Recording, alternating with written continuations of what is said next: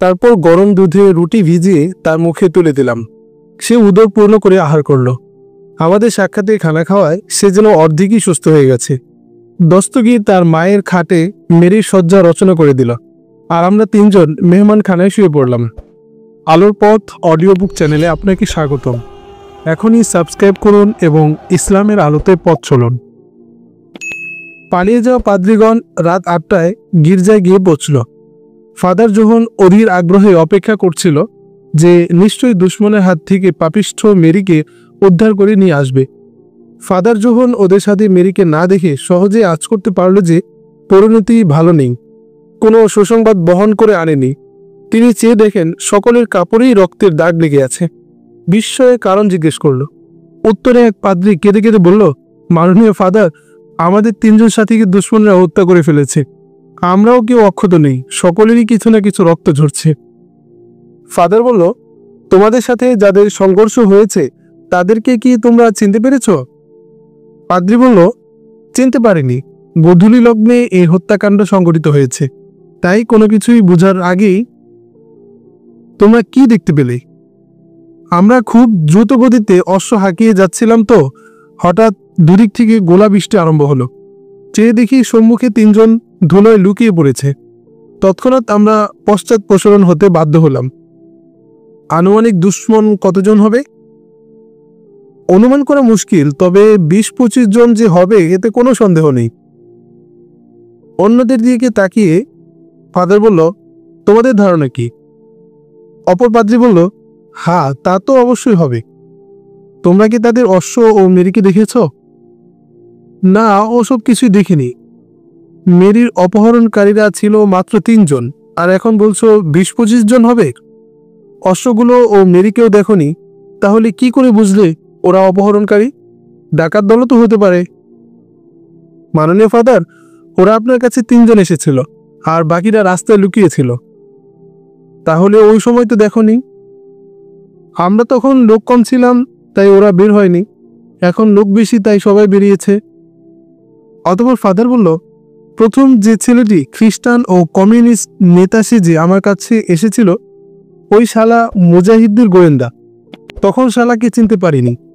তারপর যে দুজনকে নিয়ে এলো, ওরা পাক্কা মুজাহিদ।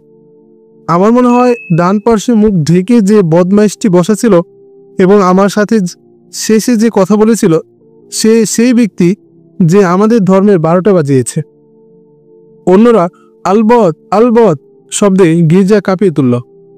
ফাদার এসব আলাপ শেষে বলল, আগামীকাল সকালে তোমরা কষ্ট করে উস্তুবার, মার্টবার্গ, আর্মবার্গ ও কুরগানের সকল খ্রিস্টানদের বিকাল 2টায় গির্জা আসতে বলবে।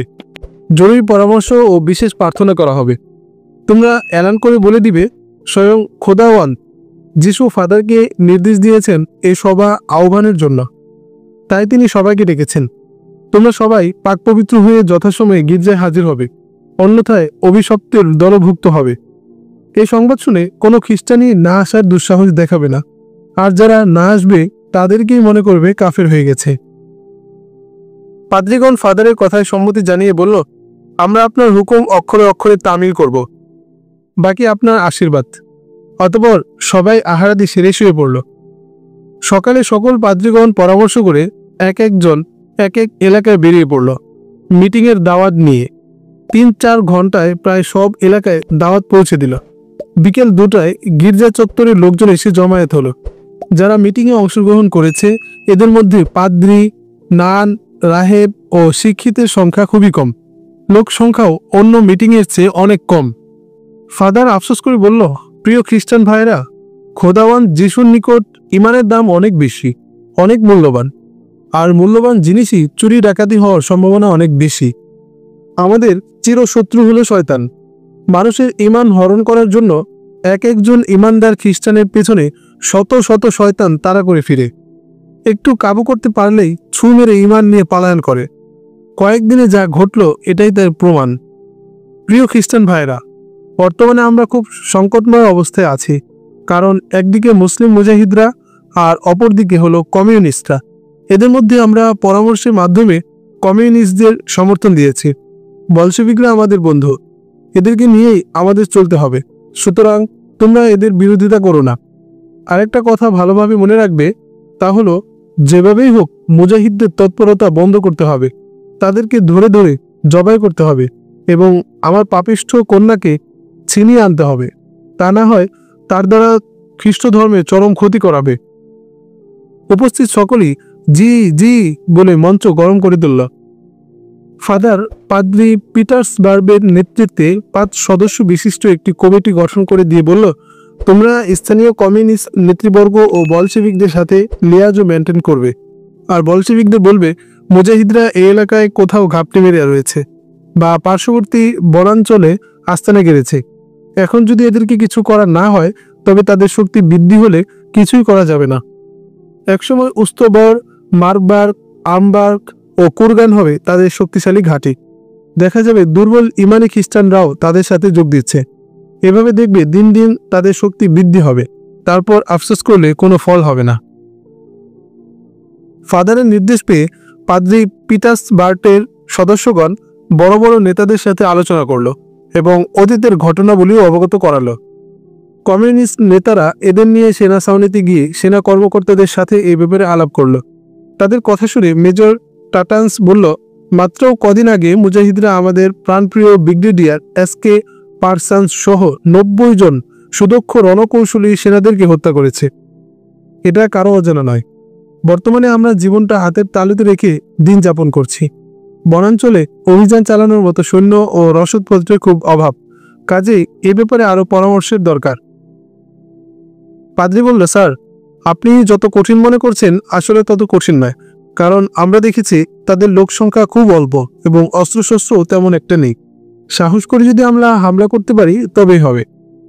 মেজর বলল, জীবনে 2-1টি হামলা করলে এবং তার মজা দেখলে হয়তো এই কথা বলার সাহস পেতে না। ওরা সংখ্যায় যতই কম হোক না কেন, তাদের কৌশল ভিন্ন। ওরা গেরিলা কায়দায় হামলা করে, কোথাও উৎপেতে বসে থাকে, সুযোগ বুঝে হামলা করে। এখানে হামলা করে চলে যায় 20 মাইল দূরে, সেখানে কয়েকদিন চুপচাপ থাকে, আবার হঠাৎ আক্রমণ করে আমাদের কিছু সৈন্য হত্যা করে ভীতি ছড়িয়ে চলে যায় কোন সুদূরে। এরা ধরাছোঁয়ার বাইরে। আরও একটি জিনিস লক্ষণীয়, তা হলো আনোয়ার পাশার রেখে যাওয়া কমান্ডার বর্তমান সময়ের আতঙ্ক। খুবাইব জাম্বলির কথা শুনলে আমাদের রক্ত জমাট হয়ে যায়, রক্ত সঞ্চালন বন্ধ হয়ে যায়।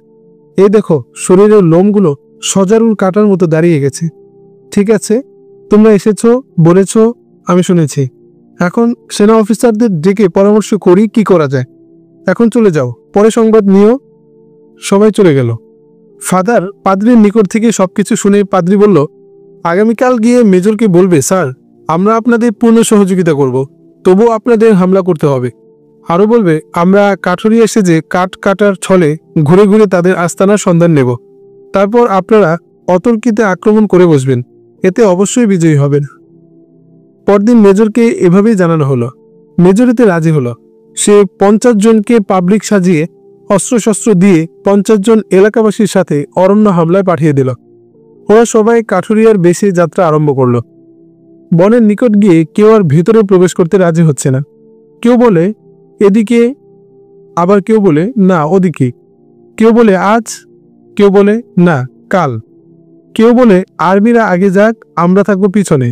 আবার কেউ বলে সৈন্যরা পিছনে থাকলেই ভালো হবে। পাহারায়রত একজন মুজাহিদ আড়ালে দাঁড়িয়ে তাদের কথোপকথন শুনে বুঝতে পারল যে এরা সেনাবাহিনীর লোক, সিভিলে এসেছে, কমান্ডো আক্রমণ করবে। সে ওয়্যারলেসের মাধ্যমে ক্যাম্পে সতর্ক হওয়ার সংকেত দিয়ে দিল। মার্কাজের জিম্মাদার উজায়েফ মুজাহিদদেরকে শ্রেণী বিন্যাস করলেন এবং কার কি দায়িত্ব তা বুঝিয়ে দিলেন। সবাই আল্লাহর দরবারে সাহায্য প্রার্থনা করতে লাগলেন। উজায়েফ বেশি ভয় পাচ্ছিলেন, কারণ এরা সবাই নতুন, কোনোদিন হামলা করেনি, আবার হামলাও পড়েনি, তাই বেশি ভয় পাচ্ছিলেন এবং আল্লাহর দরবারে ফরিয়াদ করছিলেন। সেনাবাহিনী আর পাবলিক মিলিত হয়ে একটু একটু করে সামনে এগুতে লাগলো। এক একজনের হাঁটু ডিপথিরিয়া রোগীদের মতো কম্পন আরম্ভ করলো। শুকনো পাতার মর্মর ধ্বনিতে গা শিউরে উঠছে। বৃক্ষ শাখের পতিত শব্দে ভয় পেয়ে বুকে থুতু মালিশ করছে। এমনিভাবে পা পা করে এগিয়ে গেল মুজাহিদদের অস্ত্রের রেঞ্জে। মুজাহিদরা 3 দিক থেকে ফায়ার আরম্ভ করলো। সৈন্যরা জমিনে লুটিয়ে পড়ল। আরম্ভ হলো উভয় পক্ষের তুমুল গোলাগুলি। একটানা 1 ঘন্টা গুলি বিনিময় হলো।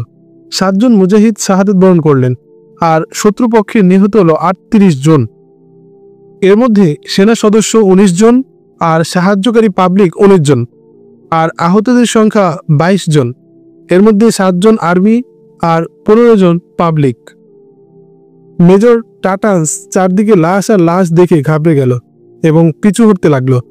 বেঁচে যাওয়া সৈন্যদেরকে মুজাহিদরা ভাগার রাস্তা করে দিলেন। কিছুক্ষণের মধ্যেই সবাই পালিয়ে গেল। গুরুতর আহত 5 জন হতভাগা এখনো মৃত্যু যন্ত্রণায় ছটফট করছিল। ওজায়েফ খঞ্জরের আঘাতে তাদের যন্ত্রণার দাওয়াই দিয়ে দিলেন। অতঃপর 3 মুজাহিদ সাধ্য অনুযায়ী রসদপত্র নিয়ে এই স্থান ত্যাগ করে অন্যত্র চলে গেলেন।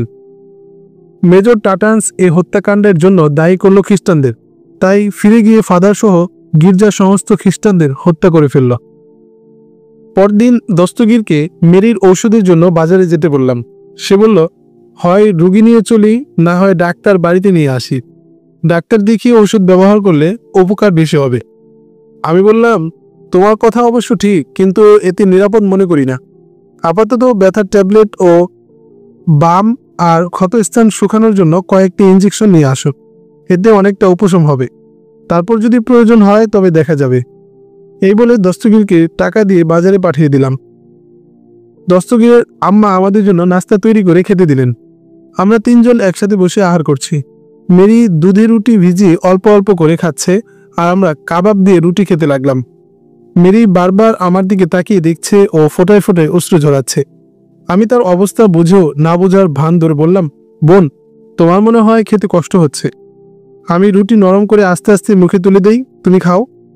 একটু কষ্ট হলেও জোর করে খেতে হবে, তা না হলে স্বাস্থ্য ঠিক হবে কিভাবে? মেরি বাম হাতে চোখের অশ্রু মুছে বলল, না ভাই, তোমাকে কষ্ট করতে হবে না। আমার জন্য তুমি অনেক কষ্ট করেছ। জীবন বাজি রেখে জালিমের কবল থেকে আমাকে উদ্ধার করেছ। আহা, জালিম পিতা ও পাদ্রীরা আমার উপর কতই না নির্যাতন করেছে। শারীরিক, মানসিক, দৈহিক কোনো দিকে নির্যাতন করতে বাকি রাখেনি। চরিত্রহীন পাদ্রীরা আমার ইজ্জত লুণ্ঠনের জন্যও চেষ্টা করেছিল। হোশ থাকাকালীন আমার কাছেও ঘেঁষতে পারেনি। পিতা হয়ে কামুক পাদ্রীদের লেলিয়ে দিয়েছিল আমার ইজ্জত হরণ করার জন্য। ছি, কত জঘন্য এসব খ্রিস্টানরা। আমার খানা শেষ করে পকেটে হাত ঢুকিয়ে আংটিটি, যা পাদ্রীদের মেরে হাত থেকে খুলে এনেছি, বের করে মেরির সামনে দিয়ে জিজ্ঞেস করলাম, দেখো তো এই আংটিটি চেনো নাকি? সে লাফিয়ে উঠে বলল, আরে, এটা তো রাহেব জ্যোতির আংটি। এটা আপনার হাতে এলো কি করে? অনেক দামি আংটি এটি। রাহেব জ্যোতি তো আমাকে অনেক মেরেছিল। তার মার খেয়ে আমি বেশ কয়েকবার বেহুশ হয়ে গিয়েছিলাম। আমি বললাম, আলহামদুলিল্লাহ, আমরা তার প্রতিশোধ নিয়েছি, তাকে হত্যা করেছি। মেরি আনন্দে লাফিয়ে উঠল। তারপর ঘড়িটি বের করে জিজ্ঞেস করলাম, বোন মেরি, দেখো তো ঘড়িটি চেনো কিনা? সে খানা শেষ করে হাত ধুয়ে ঘড়িটা উল্টিয়ে পাল্টিয়ে দেখে আবিষ্কার করে ফেলল এবং বলল, এটা পাদ্রী তিব্রির ঘড়ি। এটা পেলেন কিভাবে? এই তিব্রি আমার ইজ্জত লুণ্ঠন করতে চেয়েছিল। আমি বললাম, তার প্রতিশোধ আমরা নিয়েছি, তাকে জাহান্নামের ভিসা লাগিয়ে দিয়েছে। এবারও সে খুশি প্রকাশ করলো। অতঃপর ডায়েরিটা সামনে দিয়ে জিজ্ঞেস করলাম, দেখো তো মেরি, এটা চেনো নাকি? চিনলে পুরস্কার দেব। কি পুরস্কার দেবেন ভাইয়া? যা চাও। যা চাই আসলে কি তা দিবেন নাকি মিথ্যা? আসলেই তা দেব, যদি সাধ্যে কুল হয়। সাধ্যের বাইরে হলে দেব না। আমি আপনার প্রশ্নের উত্তর দিয়ে এমন এক চিজ দাবি করব যা সাধ্যের বাইরে নয়। শুনুন, যে ডায়েরিটা আপনার হাতে, সে আমার পিতার পরামর্শদাতা। তার নাম ফাদ্রি ফাইজ জালান্স। সে একজন উচ্চ পর্যায়ে পাদ্রী। পিতাজির স্থলাভিষিক্ত হবে সে। বেতন প্রায় পিতাজির সমান। সেও চরিত্রহীন, লম্পট, দাগাবাজ। পাদ্রীদের আবার বেতন দেওয়া হয় নাকি? তাহলে বেতন দেয় কারা? কমিটি আছে না, ওরা দেয়। যেমন বাইবেল সোসাইটি, গির্জা সংস্করণ কমিটি ও খ্রিস্ট ধর্মের মিশনারি সংস্থা। ওরা এত টাকা পায় থেকে? ও মা, এত টাকা পায় থেকে তা বুঝি জানেন না? তোমাদের ব্যাপার আমি জানবো কি করে?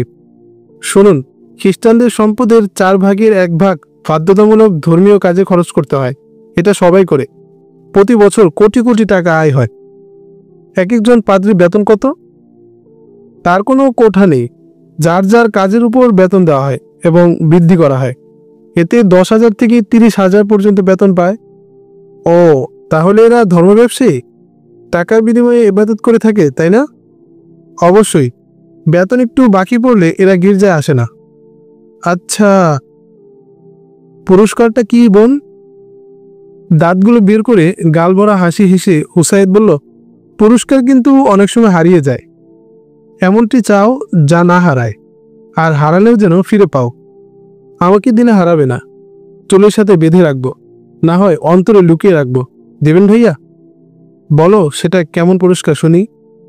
চম্মক কলির মতো তার আঙ্গুলের অগ্রভাগ আমার কপালে স্পর্শ করে, এই লোকটাকে। উসাইদ হেসে বলল, ঠিক ঠিক, তা ঠিক, আমিও এতে একমত। আমি মেরির সাথেই আছি। কিছুক্ষণ পর দস্তগীর ওষুধ নিয়ে এলো। আমি ইঞ্জেকশন পুশ করে দিলাম। মেরি হাসতে হাসতে কুটপাট। অতঃপর বলল, যেমন রোগী তেমন ডাক্তার, মনে হয় একেবারে সিভিল সার্জন। ওর বিদ্রুপে আমারও হাসি পেল। সে আবার বলে উঠল, ডাক্তার মানুষ রোগীর কাছে বসে হাসে নাকি? আমি বললাম, রোগী বিশেষে হাসতে হয়, এতে রোগের উপশম হয়।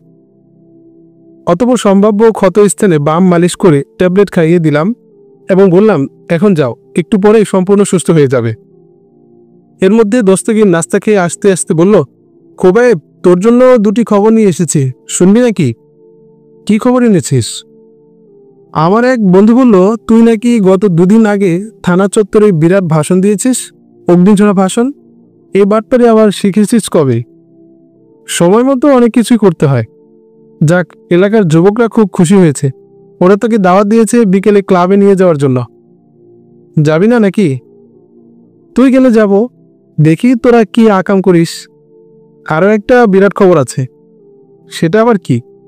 দস্তগীর একটা জাতীয় দৈনিক পত্রিকা বের করে বলল, দেখ, এর মধ্যেই রয়েছে। আমি পত্রিকাটি খোলার সাথে সাথে উসাইদ টান দিয়ে নিয়ে গেল। আমার আগে বিশেষ খবরটি তার চোখ আকর্ষণ করেছিল। খবরটি হলো, প্রথম পৃষ্ঠার প্রথম কলামে মেরির ছবিসহ খবর এসেছে যে এই মেয়েটাকে মুজাহিদরা অপহরণ করে নিয়ে গেছে এবং গির্জার চরম ক্ষতি সাধন করেছে। মেয়েটিকে সহ দলটিকে ধরিয়ে দিতে পারলে $3 লক্ষ পুরস্কার দেওয়া হবে। সন্ধান প্রার্থী কমরেড ফাদার জোহন, ওস্তাবর গির্জা। আমরা পত্রিকা নিয়ে টানাটানির সময় ও ঘর থেকে মেরি কুকিয়ে কুকিয়ে আমাদের রুমে এসে সামনের চেয়ারে বসে বলল, কিসের খবর ভাইয়া? আমি বললাম, তোমার বুজুর্গ পিতার দেয়া ঘোষণা। এই বলে পত্রিকাটি তার সামনে তুলে ধরলাম। সে তা পাঠ করে বলল, খোবায়েব ভাইয়া, দেখুন, আমার লম্পট পিতাজি কত ধূর্ত লোক। নিজ হাতে নিজের কন্যাকে অপরের হাতে তুলে দিয়ে অপহরণের অভিযোগ এনে আপনাদেরকে ফাঁসাতে চায়। খ্রিস্টানরা আসলেই জন্মগতভাবে মুসলমানদের শত্রু এবং দাগাবাজ। কেমন মিথ্যা সংবাদ পরিবেশন করেছে। আমি বললাম, এই সংবাদটি আমাদের জন্য অত্যন্ত জটিল, যা ভাষায় ব্যক্ত করতে পারছি না। উসাইদ বলল, হ্যাঁ, অবশ্যই জটিল। আমার কথা শুনে মেরির ফুটন্ত কুসুমের উজ্জ্বল হাসি মাখা চেহারাটি মলিন হয়ে গেল, যেন কৃষ্ণপক্ষের যামিনী। সুরমা ধুয়ে কালো অশ্রুগুলো জরদ বর্ণের কোমল গাল বেয়ে নিচে ঝরতে লাগলো। ভাঙা ভাঙা সুরে জিজ্ঞাসা করলো, সংবাদটি আমাদের জন্য কতটুকু ক্ষতিকর ভাইয়া? আমি বললাম, এটা আমাদের জন্য এতই ক্ষতির কারণ হয়ে দাঁড়াবে যা জীবন নিয়ে টান দেবে। এখন যদি তোমাকে নিয়ে রাস্তায় বের হই, তাহলেই তুমি মানুষের চোখে পড়বে। তারা আমাদেরকে $3 লক্ষ লোভে ধরিয়ে দেবে। আরেকটি কারণ তো তুমি নিজেই বলেছ, বিশ্বব্যাপী মুজাহিদদের বদনাম ছড়াচ্ছে। মেরি বলল, ভাইজান, এজন্য আপনি মোটেও ভয় করবেন না। আল্লাহ আমাকে সুস্থ করলে পিতাজির নিকট যাব এবং বলবো, আমার ভুল ভেঙেছে, আমি তওবা করেছি, আমাকে আবার কলমা পড়িয়ে খ্রিস্টান বানিয়ে নিন। পিতাজি অবশ্যই আমার কথা বিশ্বাস করবে। এভাবে কদিন সেখানে অবস্থান করে ধরটা গির্জায় ফেলে রেখে মন দুটি নিয়ে রাতের আধারে চলে আসব। বাদী না থাকলে কার পুরস্কার কে দিবে?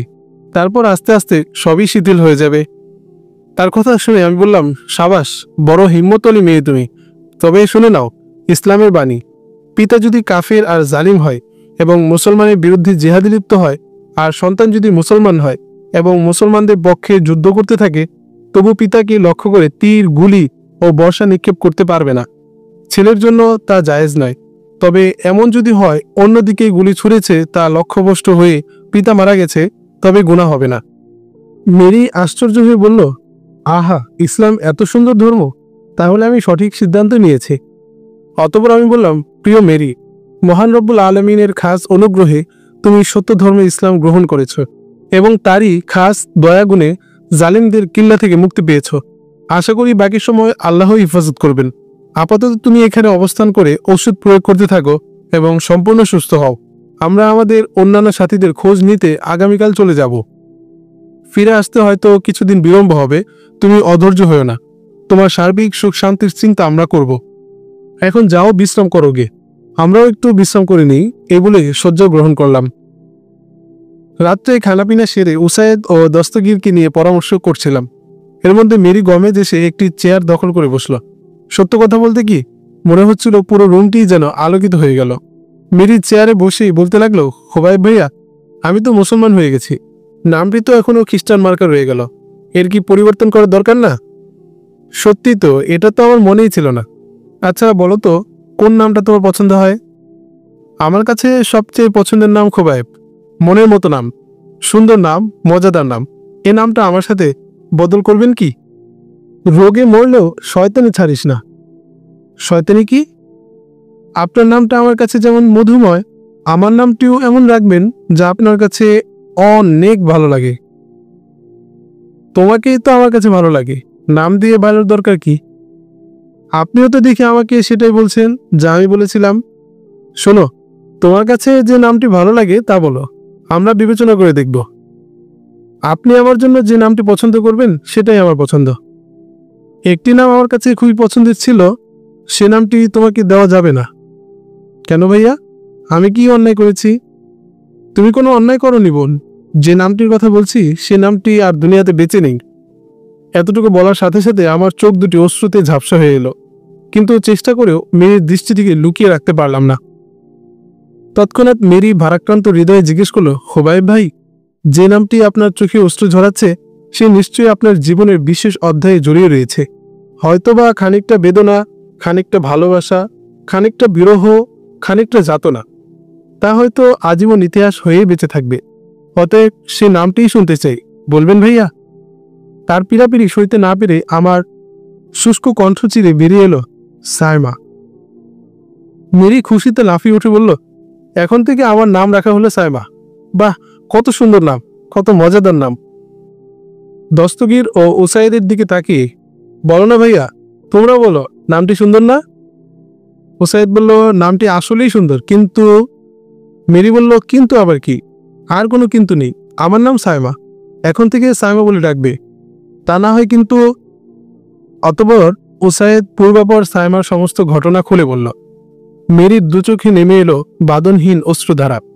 প্লাবিত হতে লাগলো গণ্ডদেশ থেকে বক্ষদেশ পর্যন্ত। সে করুণ আর হৃদয় বিদারক ঘটনা শুনে বেশ কিছুক্ষণ কোনো কথাই বলতে পারেনি। তারপর মেরি আমার দিকে চোখ ফিরিয়ে বলল, আপনার সে সাইমাকে যেমনটি পেয়েছিলেন তেমনটি হয়তো আমার দ্বারা সম্ভব হবে না, তবুও তার স্থান পূরণ করতে চেষ্টা করব। আশা করি ব্যতিক্রম হবে না। আমি আমার চোখ দুটি মুছে নিয়ে বললাম, মেরি শোনো, আমার দুটি কথা।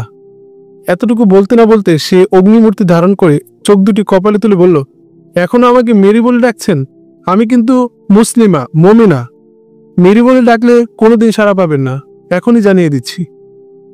তার কথা শুনে আমি লজ্জিত হয়ে গেলাম এবং বললাম, যাও, এখন থেকে তোমার নাম খাদিজা। না ভাইজান, অনুরোধ করছি, আমার নাম সাইমা।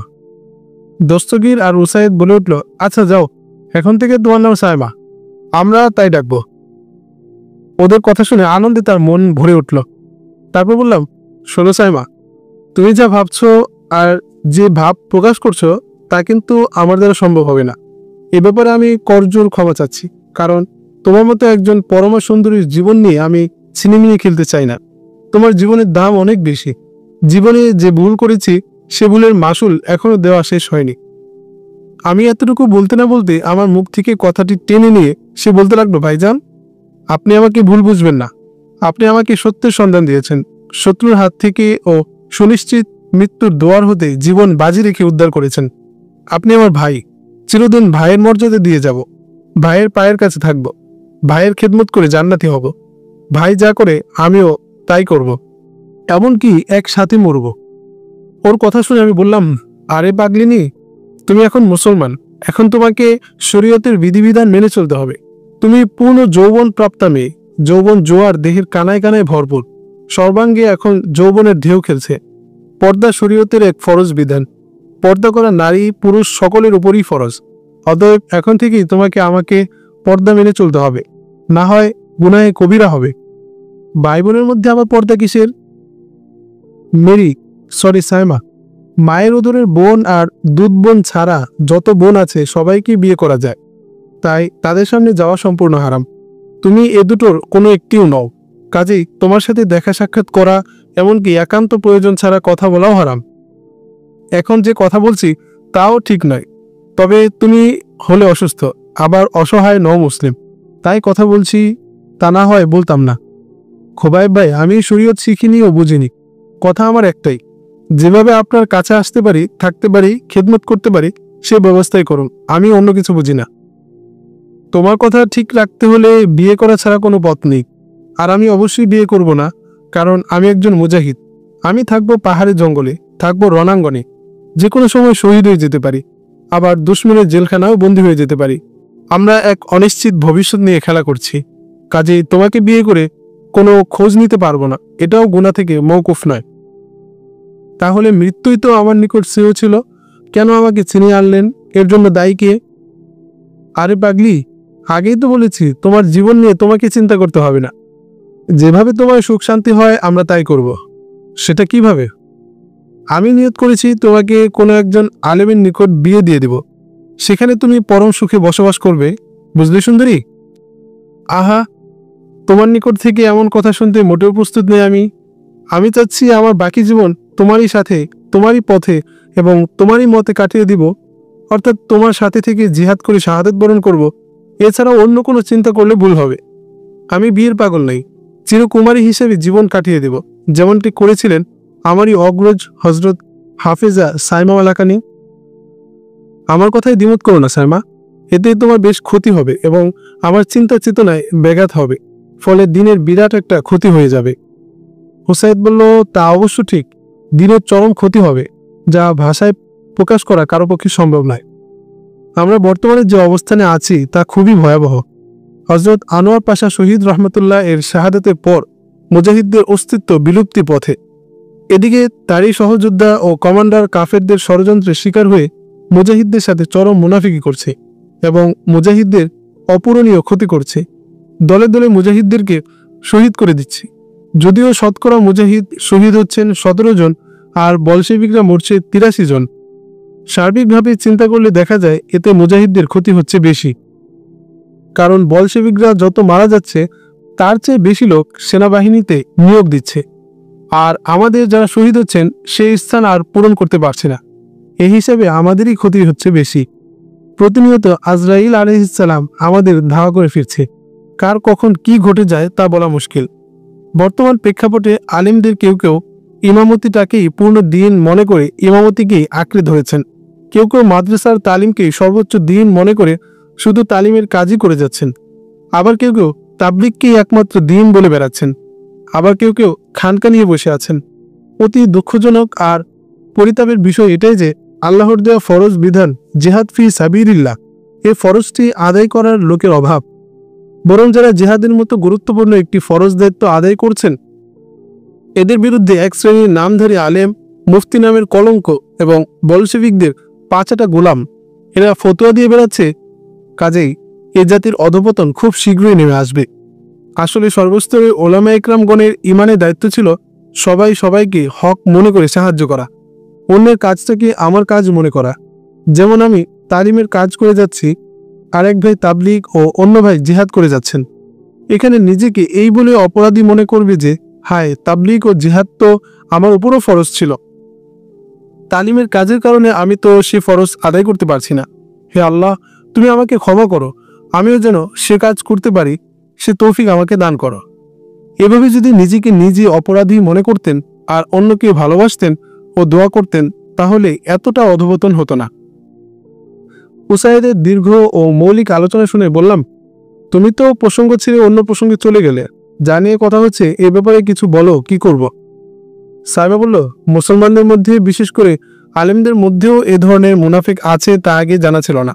এ ব্যাপারে আমার পরামর্শ হলো, যেসব আলেম বলশেভিকদের দোসর তাদেরকে খুঁজে খুঁজে বের করে হত্যা করা দরকার। এই কাজটি করে যদি আমরা বলশেভিকদের বিরুদ্ধে যুদ্ধ করি তাহলে অচিরেই মুসলমানদের বিজয় আসবে। সাইমা, তোমাকে তো আজকে একজন ফিল্ড মার্শাল হিসেবে কমান্ড দিতে দেখছি। ধন্যবাদ তোমাকে। এখন বলো, আমি যা বলেছি তাতে তুমি একমত হবে কি না তা পরিষ্কার বলে দাও। আমি আপনার সব কথা মেনে নেওয়ার চেষ্টা করব, তবে আপনাকে ছাড়া কাউকে চিন্তা করি না।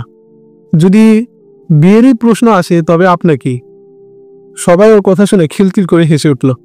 আমি বললাম, এসব বাজে কথা ও বাজে চিন্তা পরিহার করো, আমার নাগাল কিন্তু পাবে না। তোমার সম্পর্ক দস্তগীরের সাথে করে যাব। দস্তগীর একজন সরল সোজা আলেমে দিন, তুমি তার কাছে দিন শিখতে পারবে। আশা করি এতে তুমি অমত থাকবে না। আমার কথা শুনে সাইমা অবধ বালিকার ন্যায় কাঁদতে লাগলো এবং বলতে লাগলো, আমি আমার মন দিলাম তোমাকে, এখানে অন্য কারো দখল নেই। দিনের কারণে যত ধরনের কষ্টই হোক না কেন আমি তা মাথা পেতে মেনে নেব। আমার সংসারে আশ্রয় দেওয়ার মতো কেউ নেই। যদি তোমার কাছে আশ্রয় না পাই। তার কাকুতি মিনতি শুনে ওসায়েদ ও দস্তগীর বলল, খোবাইব ভাই, আপনি তার কথা মেনে নিন। আল্লাহ আপনাদেরকে হেফাজত করবেন। দক্ষিণীর হৃদয়ে আর কষ্ট দিয়েন না। দস্তগীর বলল, তোমরা আমার এখানে থাকবে, কোনো চিন্তার কারণ নেই। তাদের কথায় ও পরিস্থিতির শিকার হয়ে আমি রাজি হলাম। তারপর ওসায়েদকে নিয়ে দুটি ঘোড়ায় সওয়ার হয়ে উজাইফের খোঁজে পাহাড়ের দিকে চলে গেলাম। ধন্যবাদ আলোর পথ অডিও বুক চ্যানেলটি দেখার জন্য।